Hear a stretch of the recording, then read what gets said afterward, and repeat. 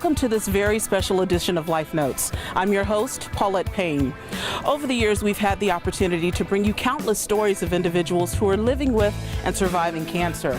Today, we revisit some of those stories to find out how our guests are beating the odds. But first, let's take a look at a disease that has transformed the lives of people in Atlanta and around the world. Cancer occurs when there is a rapid abnormal spread of cells in the body. In fact, these cells are considered renegade, and if not brought under control, can lead to death. In fact, cancer is the second leading cause of death in the United States, second to heart disease. Our first guest was diagnosed with prostate cancer, which accounts for 40% of cancers diagnosed among African American men, making it the second leading cause of death among this group. However, for Reggie Hicks, while diagnosis was surreal, it has transformed him into a survivor who is beating the odds. When I went to have my annual physical, my doctor said, well, you know, your PSA is increasing, has increased from the last time we took this. And it wasn't that my PSA was high, it was just that the rate of increase was high.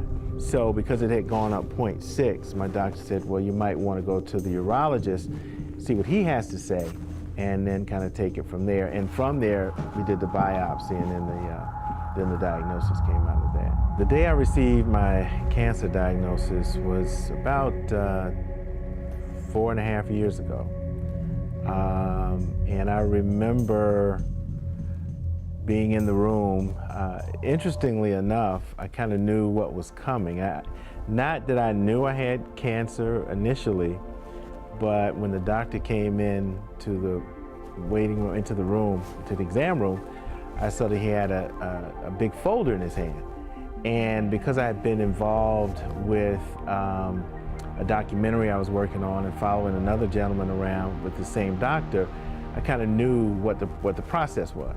And so seeing that big folder meant that it was information about treatment and about, you know, the severity of the cancer. Normally, if you have, you know, if you're cancer-free, they just come in with the biopsy and it's like a one-sheeter. So I kind of knew when he opened the door and I saw that. Nobody else knew. My wife was in the room. She didn't know. So I was trying to brace myself. When he said, you have prostate cancer, I was kind of just, it's surreal. I mean, you know, and you can see it because actually we were taping that particular time as a part of the documentary. And when I looked back on what we taped, I could see visibly in my face how my countenance changed, how everything in my face changed when those words were said. And it's interesting because I thought I was holding out pretty well. I thought I was taking it. You know, I was like, okay, I'm ready for this. I know that if it's prostate cancer and if it's detected early, I have an opportunity to beat this. I don't have to really worry. But when a doctor says you have cancer, you could see it on my face. I was really surprised when I saw that, how just everything changed from that moment on. I realized that there was going to be a journey, that I was getting ready to start my own journey. And so you kind of think back as to what you know, where do I start? And how severe is it? And how will that affect, you know, my marriage and my lifestyle? And so you go through all those progressions of things. And again, is, you know, can I beat this? I mean, is it going to be severe enough that it's going to be a struggle for me in a life and death situation? So you have all of those things coming at you at the same time. And it's a little bit of a, you know, confusion. It's sort of like somebody hitting you in the face and you kind of sitting back going, oh, okay, I just got hit in the face, you know, because at first you don't feel it, you don't see it coming, and then it hits you, and you sort of take it all in. The reality of 1 out of 4 African American men will contract the disease at some point in their life really came home, because here I was doing a documentary about someone with prostate cancer and ended up being diagnosed myself. I think my experience with the documentary, his passing really, you know, brought home the fact that this disease still kills men, and it kills more African American men. It's changed me in that, you know, if you see something that you need to talk about, that you need to change, that we all have that in us to do those things, that we you know, we can make change. I'm beating the odds just just every day. I think keeping track of my PSA, staying healthy, also letting other people know about this disease, because all of that is connected. You know, the joy I get out of being an advocate, and I think that each and every day that I'm here and able to do that, and able to be an advocate, and able to talk to men about this disease and help them to affect some change, I feel like I'm beating the odds, not just for myself, but for them as well. I'm just blessed to be here and to continue to be cancer-free.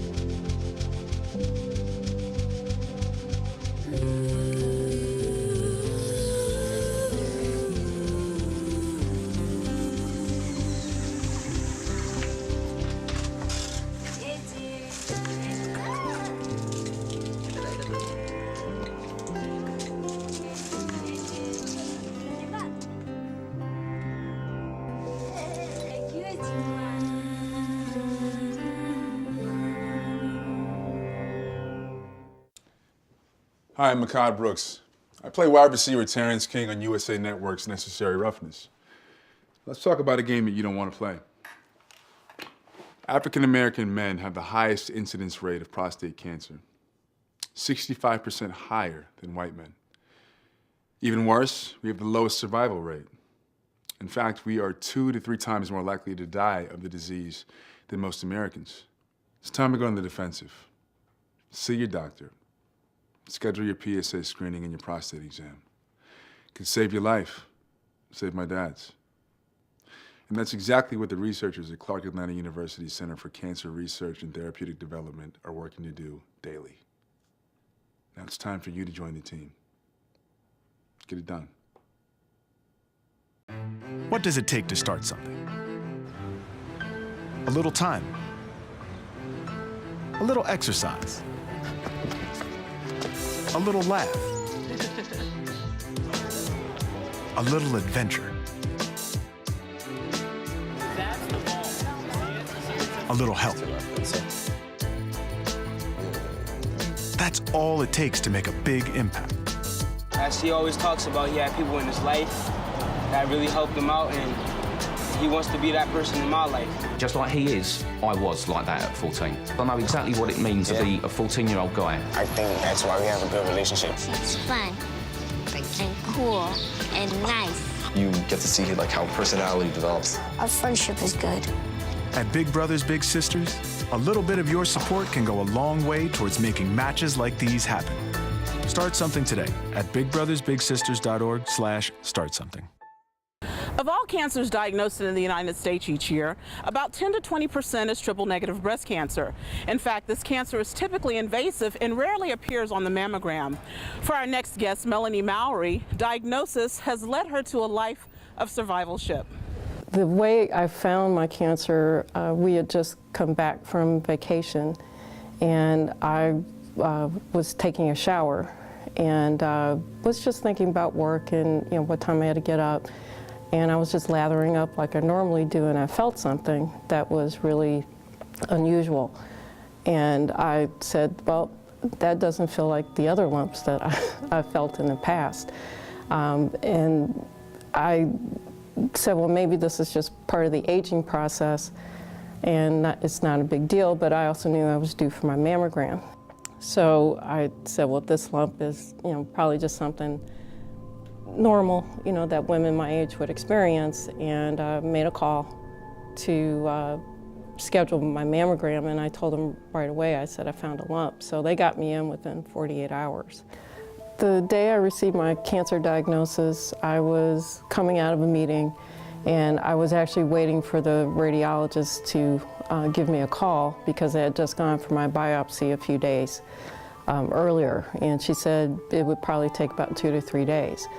So I realized I missed her call. I checked my cell phone and called her right away, and she said, she asked me how I was doing, and she made kind of a lot of small talk. And I said, well, when is she going to get to the diagnosis? So I said, well, it must not be that bad. And then she said, well, I'm sorry, but we did find a few cancer cells. And if you've ever been on a roller coaster where you're right at the top of that roller coaster and then all of a sudden you feel that sudden drop, well, that's how I felt right after she said that. My stomach just dropped and started crying. In the office that I worked in, we were in cubicles, so my coworkers heard me, and they didn't know what was going on, and it was hard for me to verbalize. But I finally said I had cancer, and that's hard to say because it was very unexpected. I felt I led a very healthy lifestyle. It was just out of the ordinary that I would be the one diagnosed with cancer because in my family I was considered the healthy one.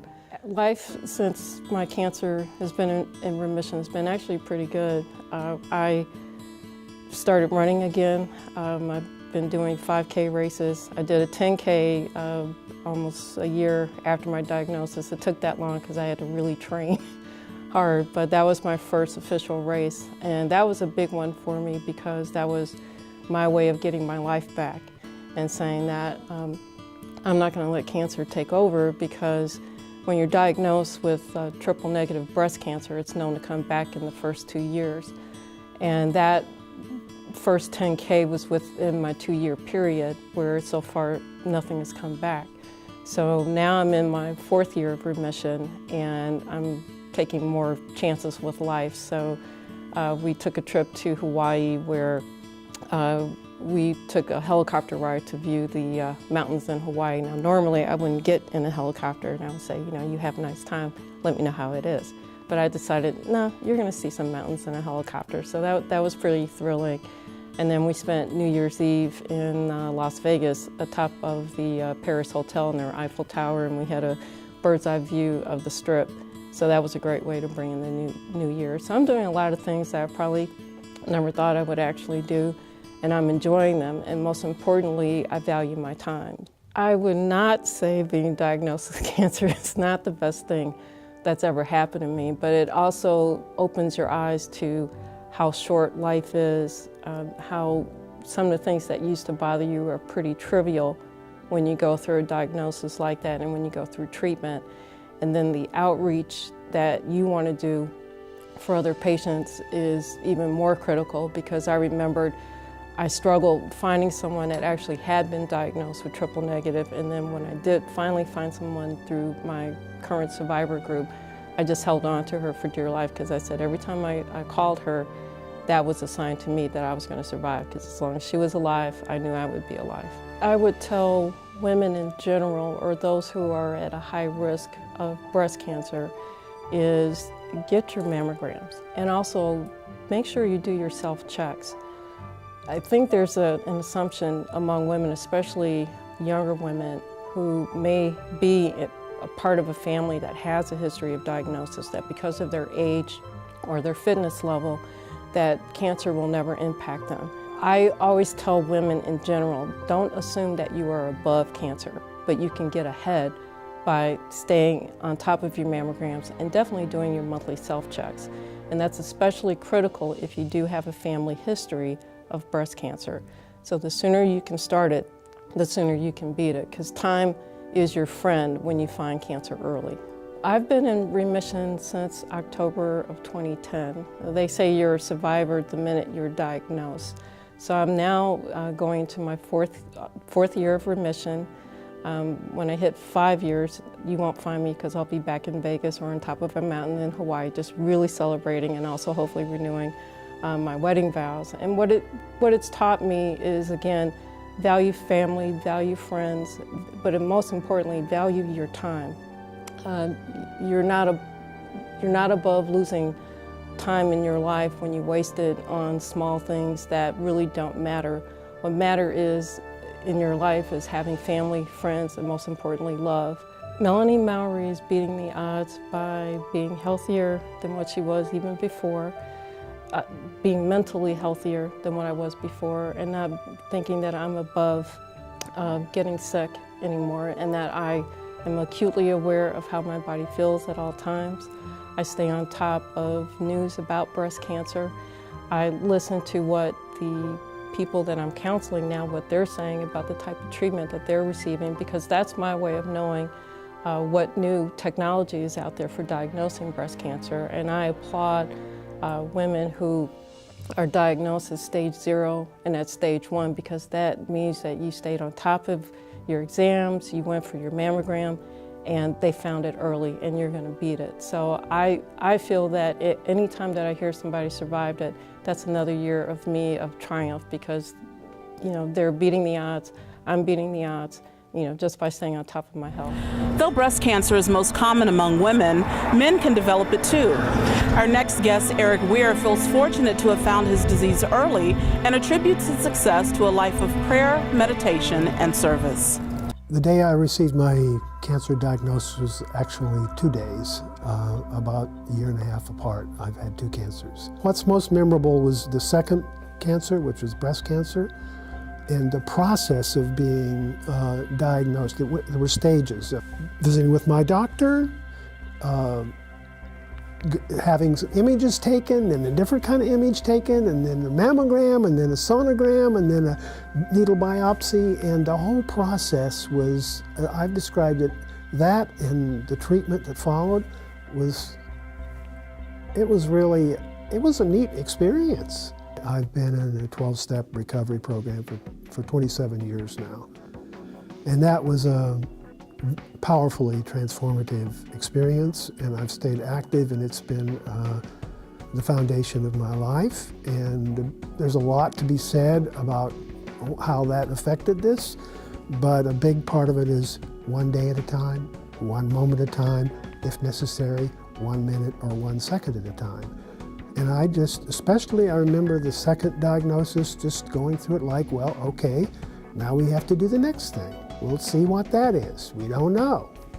Okay, one more. Okay. It's just like whatever happens. It's, and the upshot has been, I feel a little like I said earlier that I don't belong here because I've been fortunate. Both of my cancers were caught early. They were very treatable. I didn't have to do anything dramatic. I had a mastectomy and a prostatectomy, but no long, chemo.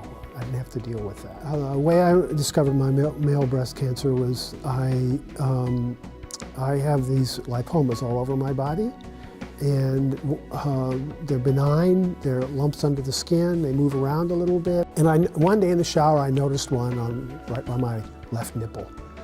And I had an appointment coming up with my doctor, and I had him check it. And he said, I think it's just another one of those lipomas. 3 to 6 months later, I noticed it again, and it felt different, bigger, harder. And I made an appointment specifically to see him about that. And he said, yeah, we need to check this out. And that's how it started. Life since my cancer has been in remission has not really been that different. Like I said, I think I was prepared for this. With the breast cancer, it was a little more difficult because vanity led me to, when they said, they recommended mastectomy, I said, I run without a shirt on, I go swimming, what do I do without a nipple? They said, we can fix that. That was a big mistake. They didn't fix it, and they tried. And I had 3 subsequent surgeries after the mastectomy. But again, I'm fine now. There's a missing spot here. It doesn't feel right. When I run, it feels like it's an attachment to my body instead of part of my body. But when I lift weights, do chin-ups, I don't have any problem. Having prostate and male breast cancer has made me very, very humble and grateful.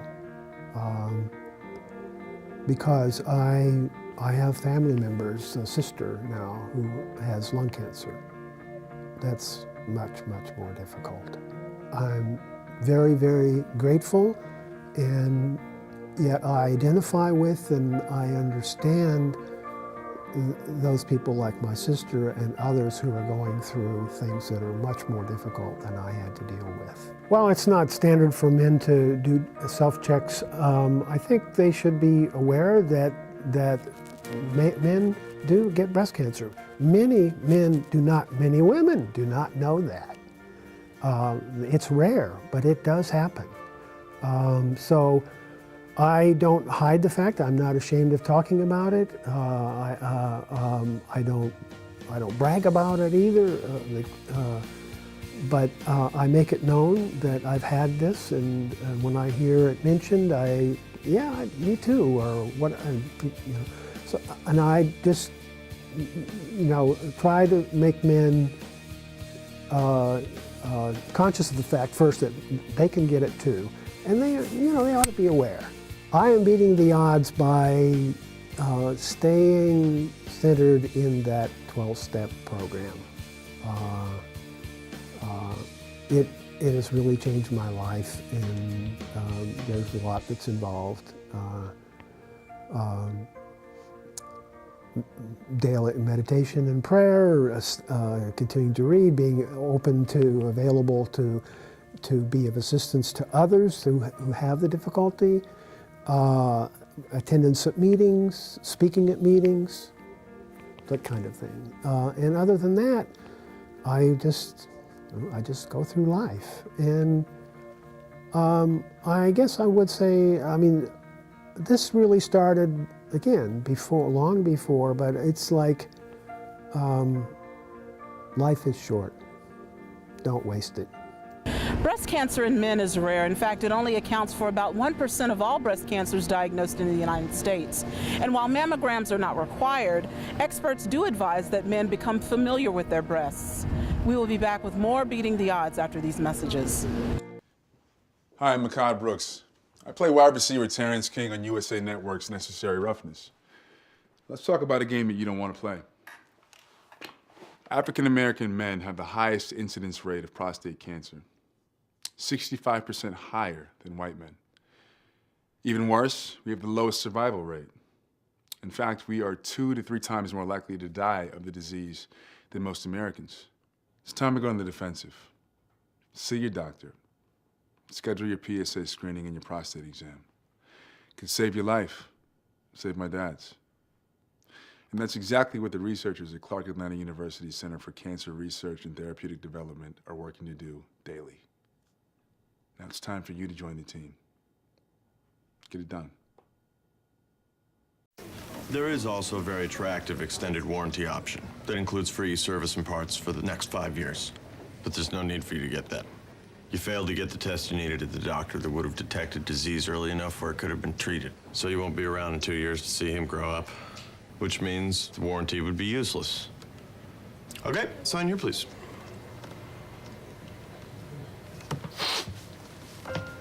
For a list of tests every man should have, go to ahrq.gov.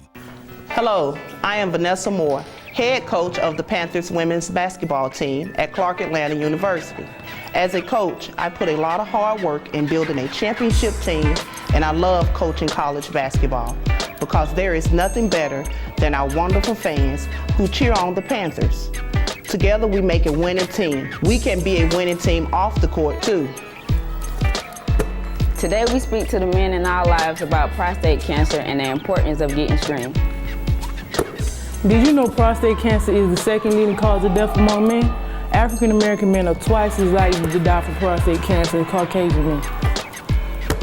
Often there are no noticeable symptoms of prostate cancer while it's still in the early stages. 95% of prostate cancer can be cured if detected and treated at an early stage.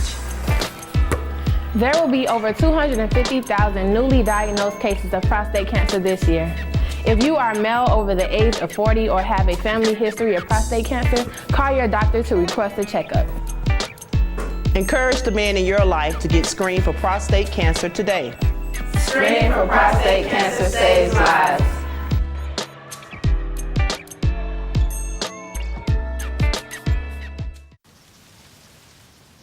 So here are the keys. Congratulations, it's officially yours. I'm sure you'll have many happy years here. Except for you, because you'll be gone 3 years from now, struck down by the same disease that got your father. So you won't be around for them. And sadly, it could have been detected early with a simple test, but you didn't have it. Okay, who wants to check out the backyard? For a list of tests every man should have, go to ahrq.gov. Our next stories come from Herman Anderson and Sandra Heinrich. They were both diagnosed with colon cancer and are now living full, healthy, productive lives. I received my cancer diagnosis on September 8th, 2001. And the day before, I had lost a lot of blood in a bowel movement. And I went to the doctor the next day, and they did a colonoscopy, and they found out that's when I had colon cancer. The word cancer scares everybody, and it scared me. It scares, as they say, the daylights out of me. I thought, this is the end of my life, and at the time I was actually 62. And I had lived my life with long-range plans, and I mean, for someone to tell me at 62 that I had cancer wasn't part of my plan. At that time, my world was just spinning. It's just very surreal, but I knew in my heart that if, God healed me to stay here on this earth, to be with my family, that would be great, but if he took me home to be with him, I knew everything was going to be okay either way. But it's just to hear that word, it's just, there's no words to explain it. What receiving that news did to me is what my pastor has several sermons. I've been going to him several years. And one of them that I remember is when the bottom falls out in your life. And that day, I mean, there are other times that the bottom has fell out of my life, but that day the bottom fell out of my life at that time. When I heard the diagnosis of cancer, I knew God had my attention, and anything that I was going through or anything that I thought was issues in my life, it was just like chains dropped, and it didn't matter anymore because I was focused on him. My cancer was discovered because my primary physician insisted that I get a colonoscopy. My primary physician had told me twice before to go get a colonoscopy, and I did not.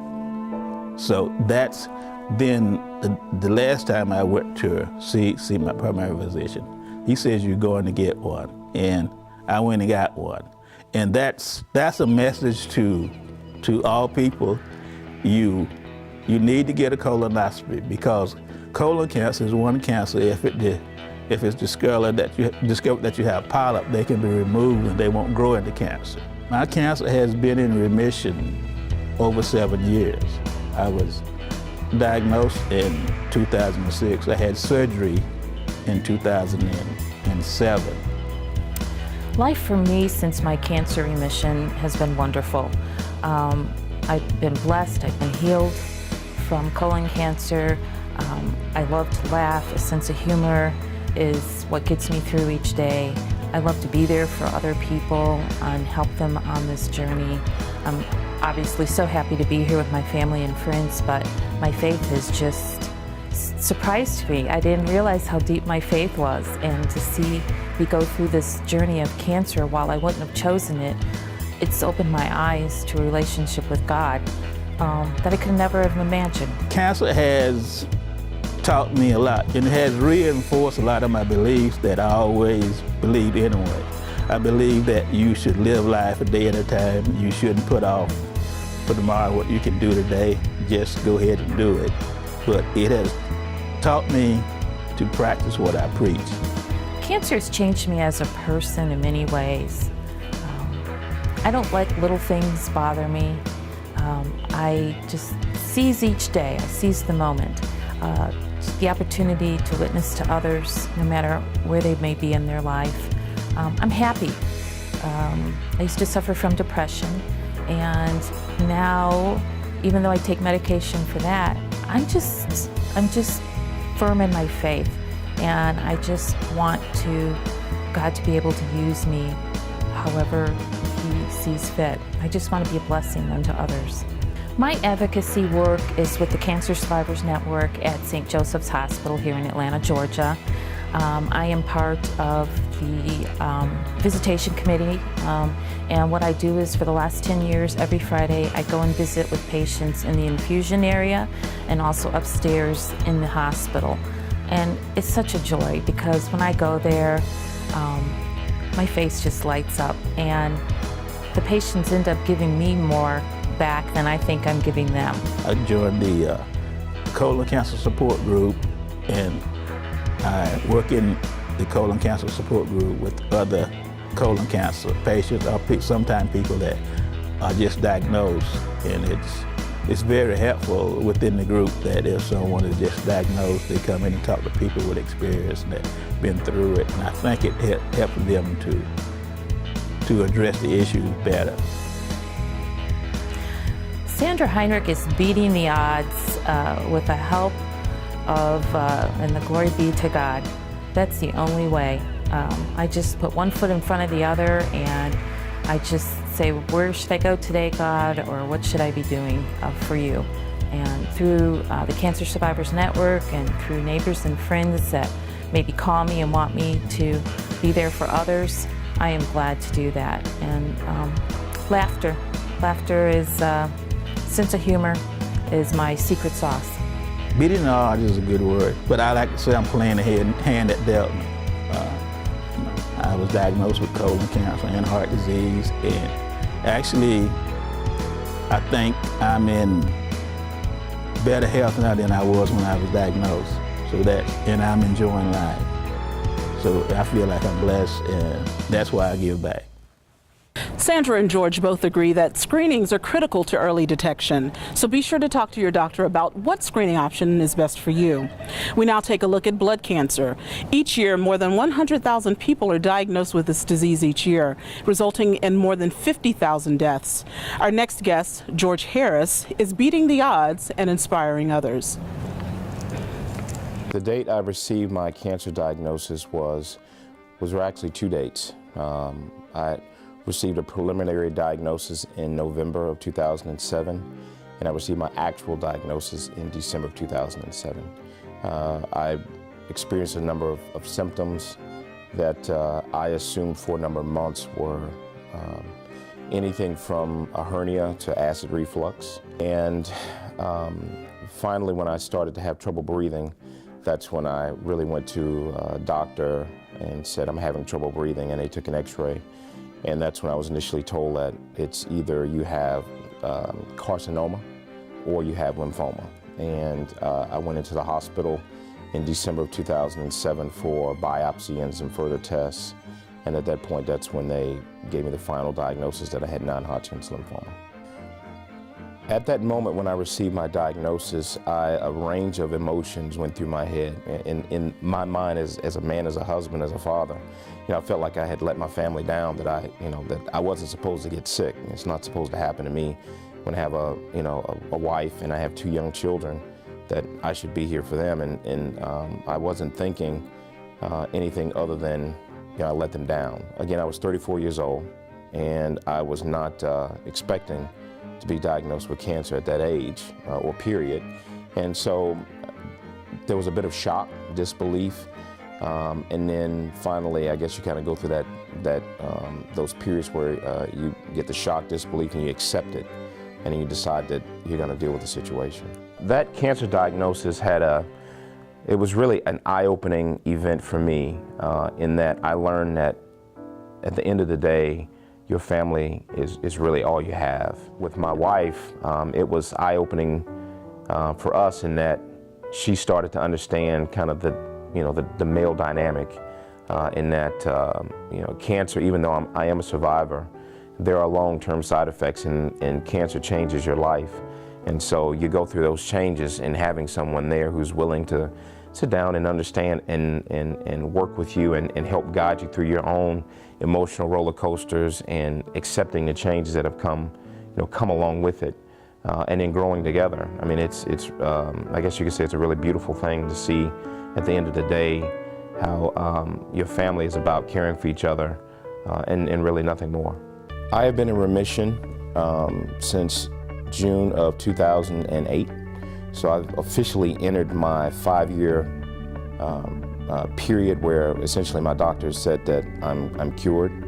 As a matter of fact, I saw my oncologist back in November of 2013, and at that point he said, "You're basically free to go. You don't have to come back again." And I told him that I don't want to see him again, with all due respect. And in terms of life for me after my diagnosis and now being in remission, I would have to say that I have learned to accept and embrace and really enjoy life and not get caught up in those things that at the end of the day are not really important. After my initial remission, I was really looking for ways to give back. And I found out about a hospice right behind Turner Field. It's called Our Lady of Perpetual Help. And Our Lady of Perpetual Help is actually a hospice for indigent cancer patients. And I began to volunteer there once a week, and I would go there and I would spend time with cancer patients who, in some cases, they had no family, and they were basically had terminal diagnoses. And in some cases, I would be there with them. In some cases, until our last day here.